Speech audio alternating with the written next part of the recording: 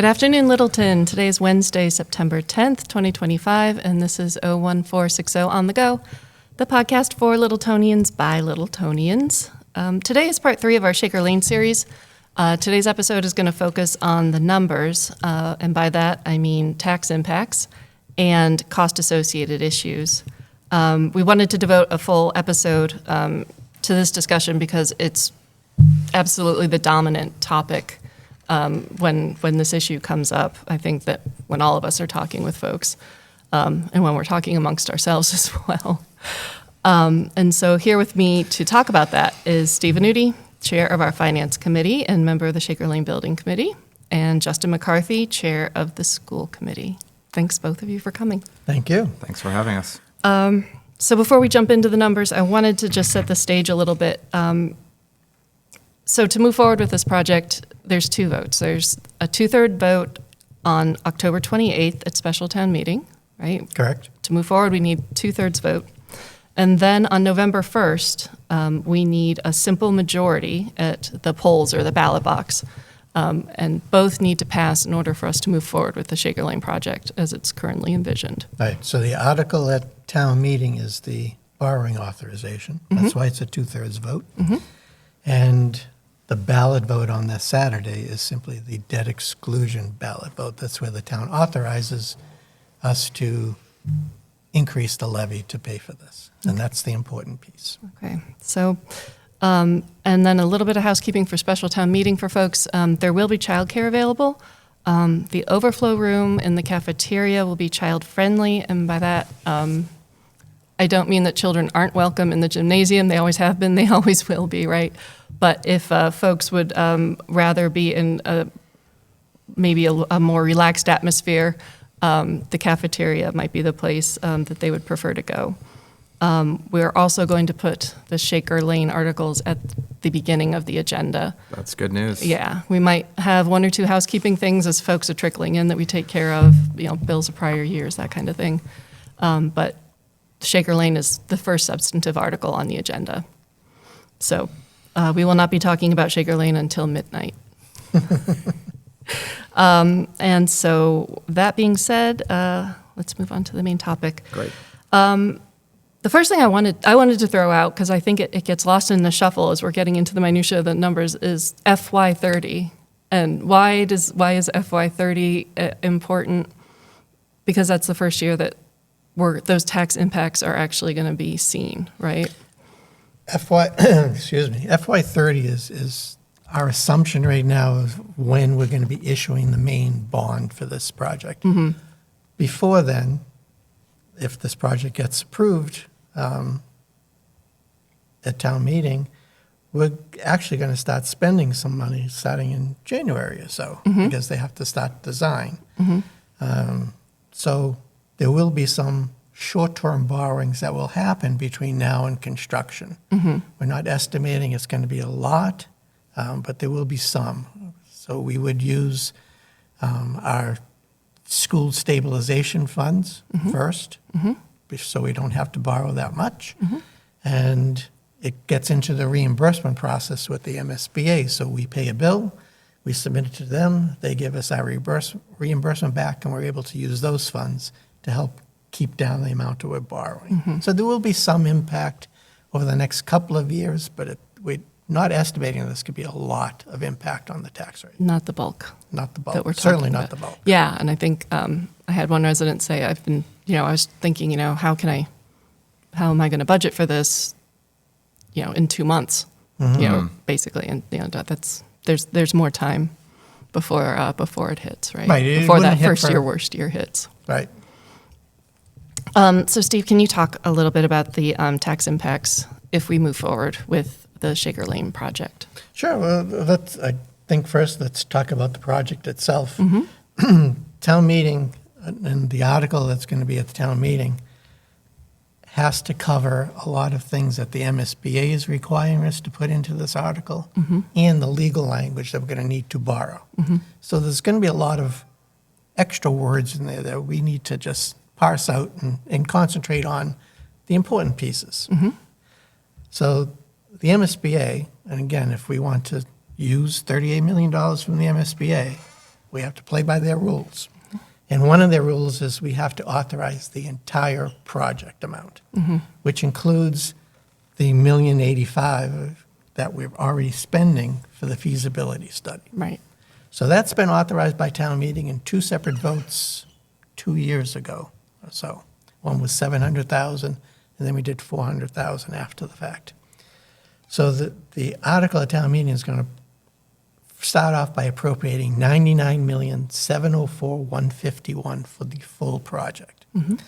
But MSBA has allowed us to say that $1,085,000 of this has already been authorized by the town. And they're also going to allow us to say that there's already been cuts to the project. So $539,000 in cuts have been identified in the project budget. However, the town had already brought the $99 million total project to the MSBA, and they wouldn't allow us to change that $529,000. But they are allowing us to put it into the article to tell people that we've already done that. So between the $99,704 and the $1,085,000 for the feasibility study and the $539 in cuts, we're down to $98,079,951, which is the total project cost. Okay. And that's kind of the number we've been using all along for the assumptions. It's $99.1 million for the construction of this school. So we're right on to where we assumed all along. The other piece of the puzzle is on the 27th of August, the MSBA had a board meeting, and they guaranteed the project funding agreement with the town, and they said that we would receive $38.2 million, roughly, in funds from the MSBA for eligible costs. And potentially we could get another $662,000 for the contingency spending On top of that. on top of the $38,192. So that's great news, because we've been estimating, somewhere between 25 and 29 million for the MSBA. Yep. With that project cost and a lower amount. That's why we've seen estimates in previous months a little higher than we are today. So we have firm numbers now from MSBA. We have a good construction number. And as I've said all along, the goal is to get that bond amount as low as possible. Right. So I look back, and when we started this process off, we were issuing like a $75 million bond.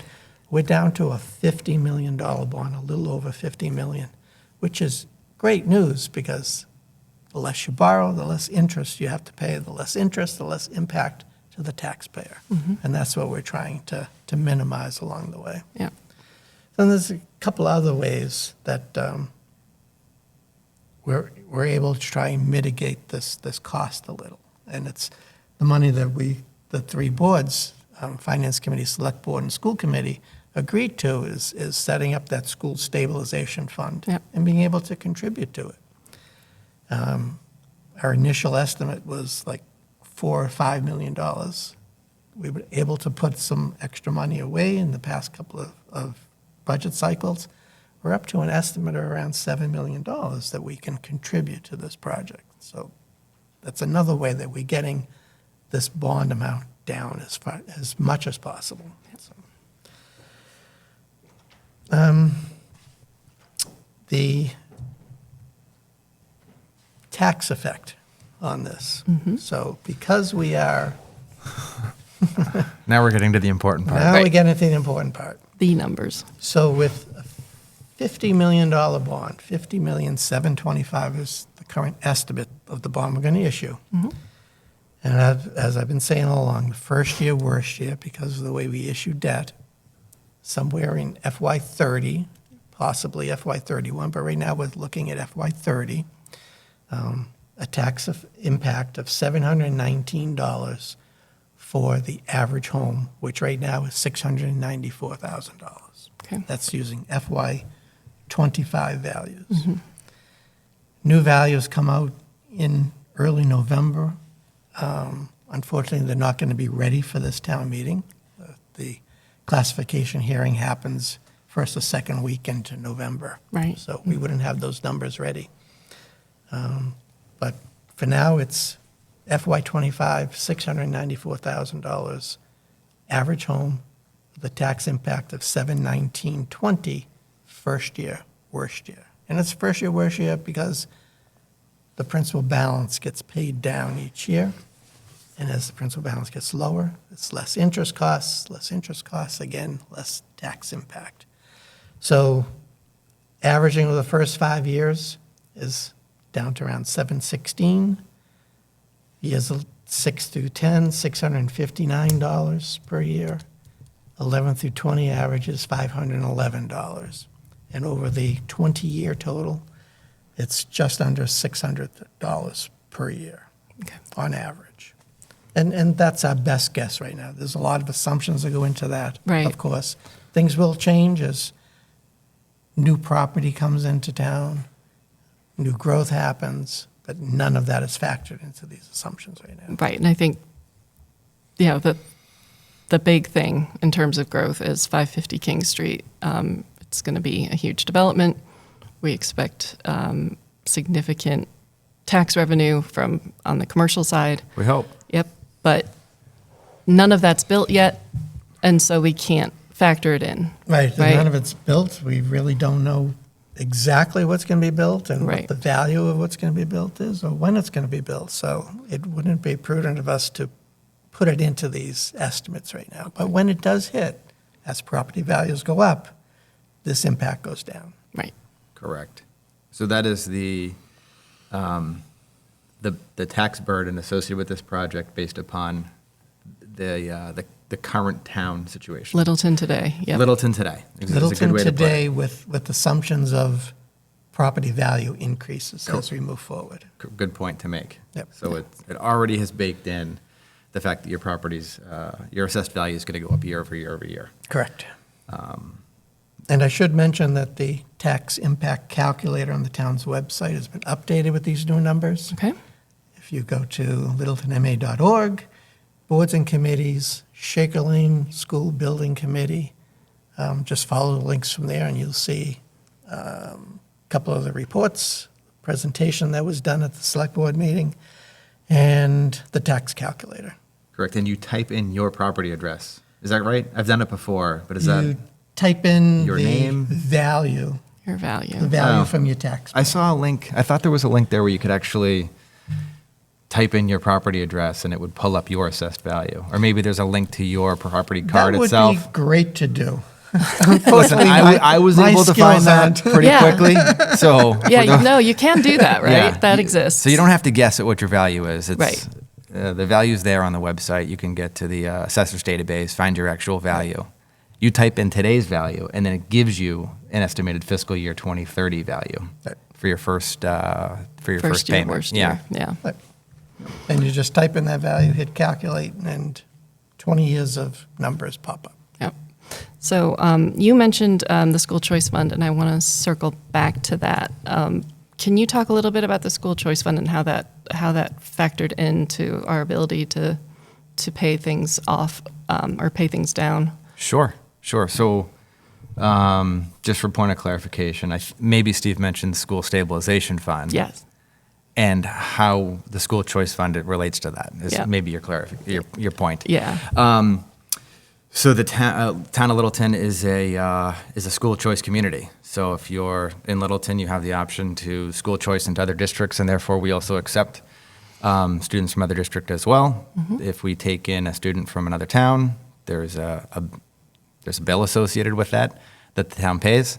We're very fortunate that we live in Littleton and we have a desirable school system, and we have quite a few students opting into Littleton Public Schools. Mm-hmm. So it's as easy as thinking, geez, there's 24 seats in a classroom and we've got 23 Littleton residents, so let's fill the extra seat. Mm-hmm. So that's what's happening across all of our districts, all of our grades K through 12.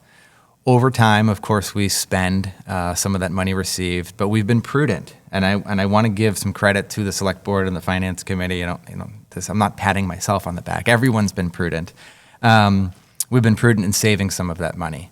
So Littleton Public Schools has built up a school choice reserve fund that long-term has been thought for as a safety net in the event that we ran into extraordinary expenses associated with special education, because those situations can happen. So a student or two moves into district, and all of a sudden we don't have a good plan figured out for that particular student, and there's exorbitant costs associated with transportation or extraordinary services needed. As part of the planning process, we agreed that the school department should keep a reserve of about 10% of its total appropriated budget. We're just north of that. What the school committee has decided to do is fund a couple years' worth of our own capital projects internally. So we're not going to approach the finance committee and the select board fiscal year 26, 27, potentially 28, to say some of our buildings need some updating. We've got those projects identified. We're going to pay for that money out of our emergency reserve fund because it's north of the level that seems prudent. And that's allowing the select board and the finance committee to make additional capital contributions into the school stabilization fund, which has a short-term spend on it because we've got this project on the horizon. Mm-hmm. So it's been a great partnership, and it's a good plan, and we're fortunate that we're in the position we are, and we're happy to be part of the solution. Yeah, it's again, not to pat ourselves on the back, but it was a really great example of finance committees, select board, and school committee all working together towards a common goal, which I think some folks, it's easy to take for granted, but a lot of towns don't have that. Everybody Correct. rowing in the same direction. Right. And so, yeah. It's been, we're all in this together, right? We all live in the same town. We all have this Exactly. unique problem of an aging, undersized Shaker Lane. Yeah. It just happens to be, a school department issue, but, not too long ago, we were talking about a library, we're talking about a senior center. These are all problems where all Littleton residents are in this together. Yeah. And one of the things you should mention, just jump on something that Justin was talking about, the school stabilization fund. The money that we're able to put aside, and the three boards agreed to, this is our best effort that we're going to be doing, not only now, but into the future, so that the boards that follow us, because we're not always going to be around. This is a long project, that they have like a roadmap that they can follow, basically.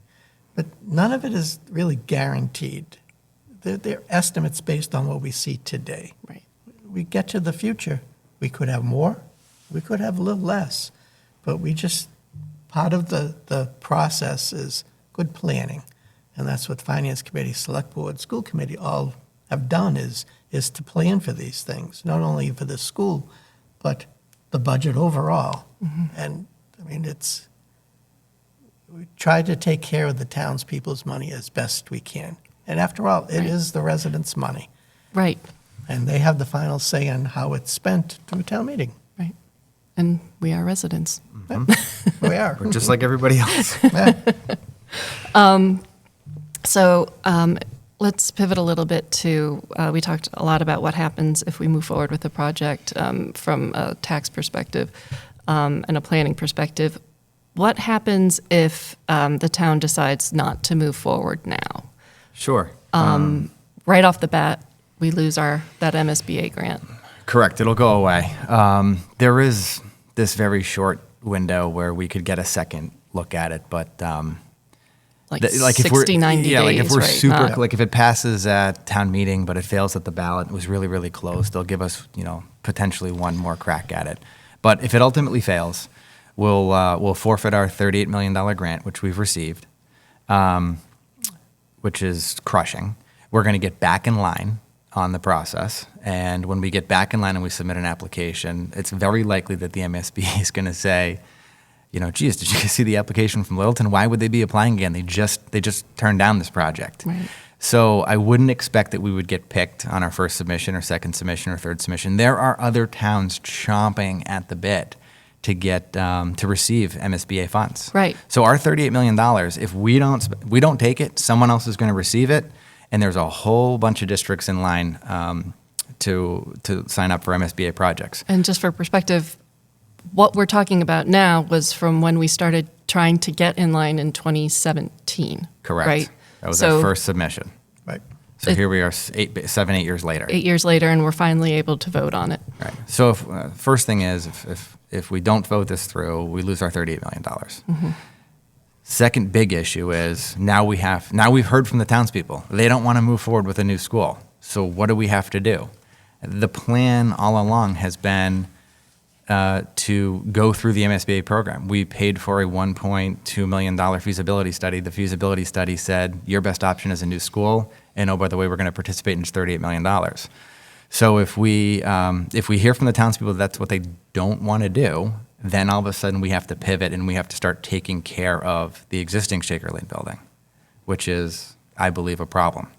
It's significantly undersized, and it has a need for a lot of updating. A lot of updating. These are things that we, wouldn't intentionally spend money on unless we were required to do so. So things like the electric system, the plumbing system. Does it need a new roof? Might the boilers go? We had as part of this process a triggering report performed, which essentially has identified 7 things that could happen within Shaker Lane that would trigger the town to spend greater than 30% of its assessed value, which is $2.7 million, correct me if I'm wrong. Right. And once we spend $2.7 million over a 5-year time period, the state comes in and says, you're putting so much money into this building, now it's time to bring it up to code. So not only do we have to repair what broke, but we have to repair all these other things that are not up to code. Their report indicates that we might need to spend in excess of $40 million to bring Shaker Lane up to code.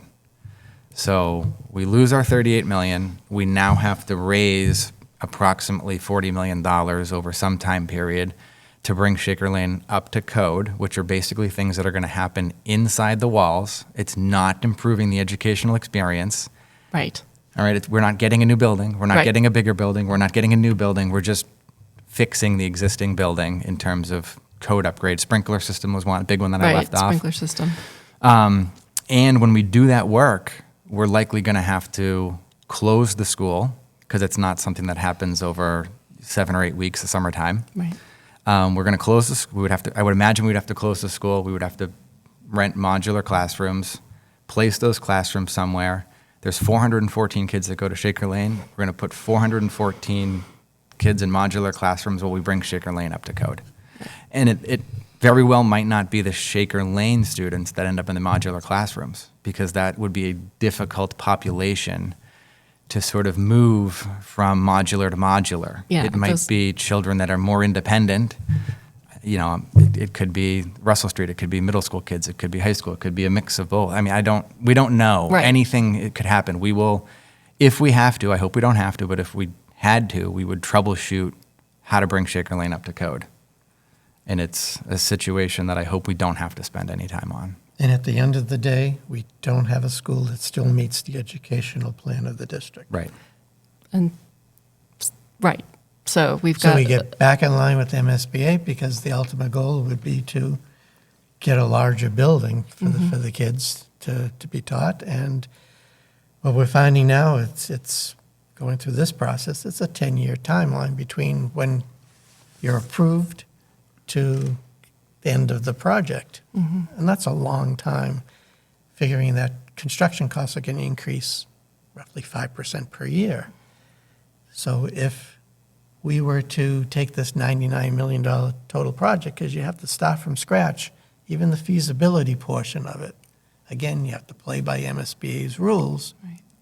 Totally, all the work that we've done is gone, basically.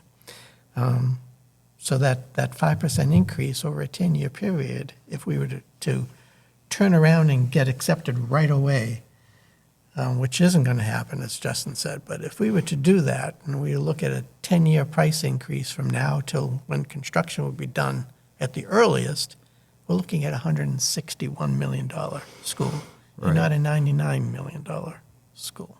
So there is no better time to do this than now. I mean, it would have been better to do this 10 years ago. It would have cost us significantly less, pre-COVID construction pricing. Sure. But the town had other things on its agenda, Well, right? and if since we didn't get into the MSBA program the first time we applied, Could we have applied 17 years ago Right. and therefore And built it gotten 10 years in? ago? Who knows? I mean, I would assume not. At that time, But- we had a fire station, we had a police station, we Yeah. had a library, we had a senior center coming down the pipe. I mean, everybody takes a turn in terms of getting a project. We all know we can only pay for so much. And the time is right to move forward with this. Honestly, the work that's been done by the select board and the finance committee in terms of certain projects are wrapping up in terms of their debt exclusion. As those wrap up, this one comes on. That was going to be my next question. Okay, it's I can't emphasize enough how the timing is right on this, and I view this MSBA $38 million grant as a gift, and it's a gift that we're receiving from the hundreds of man hours that have gone into this project so far. It's really important that the town understands what we get with a yes and what we're going to pay for with a no. Because I think a lot of people, or some people think, well, no means my taxes won't go up. And I'm here to suggest that a no vote means that your taxes might not immediately go up as associated with a debt exclusion for a new Shaker Lane building, but it's likely that your taxes will go up to help bring the Shaker Lane building up to code. Right. And then boards turn over, it will be somebody else's idea at some point in the future to say, we need a new Shaker Lane building, right? So I don't know who's going to be on the board, but we're probably going to try this again. And as Steve was saying, a $160 million school, $200 million school, I don't know when it's going to be.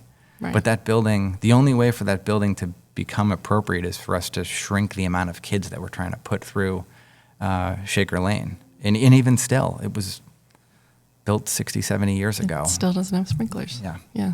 And getting to the what ifs of the project not passing, which is important. I mean, people really need to understand the impacts of this. I mean, we could certainly go on business as usual.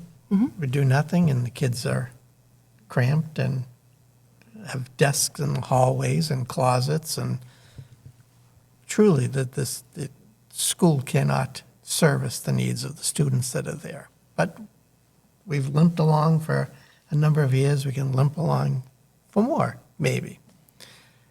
The ultimate decision would probably be, let's start solving some of the space needs and getting some modulars in. So then the school department has estimated, we can put in 11 modules at the cost of like $6 million and save some of the space there. But you still have things that we need to do for those modulars, infrastructure for them, plumbing, sewer, security, big issue, landscaping. Right. Where are you going to put them? How many playgrounds are you going to lose?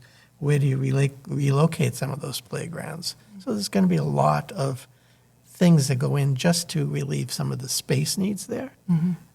And all that infrastructure becomes part of that triggering, which goes to that $2.7 million. So it just starts the process. So at some point, again, something else happens to that building. You have these 11 modulars. Now you need to shut down the building for code, take those 11 modulars, bring them somewhere else, add 11 more, because the school department is saying possibly 22 for this whole process. And we're still without a school that meets the needs. The $40 million that Justin mentioned to bring the building up to code, there was a study that we had done to make that assumption. It wasn't just us putting a number to it. Right. There's professionals who did this. Right. And it's the town can't afford that, basically. So we'd still be in another debt exclusion scenario. We would have to ask the town people to pay for this outside the levy, just like we're doing now with the school. And if you're, I'm sorry to interrupt, but if you're going to ask me to pay for something, I would rather buy new than fix something old and undersized. And then that's still just have to buy new later. correct, and then very likely. And that's the point. So if you're going to ask, We asked to do the code upgrade. We get the school upgraded, but it still doesn't meet the needs of the school department. Yeah. Which means you're back into the program. 10 years of worth of debt exclusion money for this code upgrade, because we can't do it over 20 because the building still doesn't meet the needs. So we're not going to bond it over 20. It's going to be a 10-year bond. Right. With a 20-year bond probably afterwards for the new For the school. new building. right, So we'd be looking at 30 years of debt exclusions, probably some overlapping with the two, depending on the timing of it. and then on top of that, you would have the carrying, have the sort of maintenance and repairs associated with an aging building being on our books versus brand new construction, Yeah. energy efficient code, Right. right? So it's a geothermal heating system. Yeah. Right? So, not only would we need to put money into Shaker Lane to bring it up to code and have modulars for the extra space, we still have a 70-year-old building on the books that's going to need constant maintenance and repairs. There's Yeah. nothing better than new construction. Yeah. Money because- literally leaking out the windows. Right. Right. Because one thing that we have to say is a code upgrade is not a renovation. Correct. All it's doing is bringing things, putting sprinkler systems in, making the elevators handicap accessible, making the restrooms handicap accessible. Right. It's That type of thing, it's not expanding the area. You're actually shrinking the area a little because those facilities take up classroom Classroom space. space. Because we have a lift right now, and you have to have an elevator that's big enough for a stretcher. You have to expand it, and you expand it into classroom space, unfortunately. And I think one thing that I would like to make clear, and I think maybe you guys have heard this as well, is you're just trying to scare us into voting the way we want you to vote. But I think we're all residents. we don't want to do things a certain way just because it sounds good, right? This is, like you said, in terms of the tripwire, we have the report that says, this is what is imminently going to fall apart, and this is what it would cost to fix it. Right. We know our education plan isn't going to be met. Sure. Give me a quick second to talk Sure. about my experience, right? I'm the chairman of the school committee. So, Yeah, please. I heard about the project early on when I got on the school committee, and then all of a sudden it was real. It's like, oh, geez, we're moving forward to this. We're spending $1.2 million on a feasibility study. Like, where is this going to take us? And my kids are through Shaker Lane. Right. I have children in the school system. I'm the chairman of the school committee. I care a lot about the schools. But at the same time, I'm a resident just like everybody else. So, I'm probably going to go vote with my wallet. Yeah. Like I imagine many people do. Right. So I'm like, this is going to be a little awkward. Like, I hope I really support this thing because I'm probably supposed to support it. But at the same time, I don't want a Taj Mahal. I don't want this exorbitant tax bill associated with the school. And my children went through Shaker Lane, and it seemed fine. I mean, the educational experience they received, it seemed fine. Yeah. So first thing, I went on the tour myself, and I literally couldn't believe it was like going to a Broadway show and then pulling back the curtain, and you get to see the sort of the mayhem behind the scenes. And I was like, I can't believe these people have to work this way. I can't believe we're servicing children in the cafeteria when lunch is not in session. So it was eye-opening to me, the state of affairs. And also, I think it's really important that we attract and retain talent in town for our teachers, and those are their working conditions. So the tour for me was eye-opening, and then when it came down to here was this yes or no, and how are we paying for yes, and what is the cost of no? And if I'm voting with my wallet, I'm 100% in favor of there's a good way to spend my money and there's a poor way to spend my money. And I am a full believer in the fact that if we say no, this is not a scare tactic. If we say no, I will be disheartened because at some point in time, the select board and the finance committee is going to come to me as a resident and say, we need to raise your taxes to bring Shaker Lane up to code. It's going to cost me money, and we passed on a $38 million gift. We get a brand new school for 50 cents on the dollar, or we're going to be dollar for dollar in an undersized aging building. So That's a perfect summary, if I may.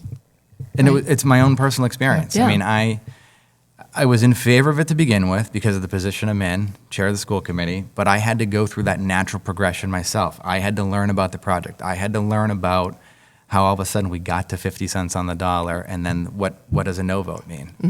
And to me, it's just abundantly clear. So for those that are paying attention and understand the math behind this, please, please, please talk to your neighbors, talk to your friends, share the message, because I do think that there are people in town that think, listen, it's good enough for the kids now. A no vote means $0 out of my pocket, and that's just simply not the case. Yeah.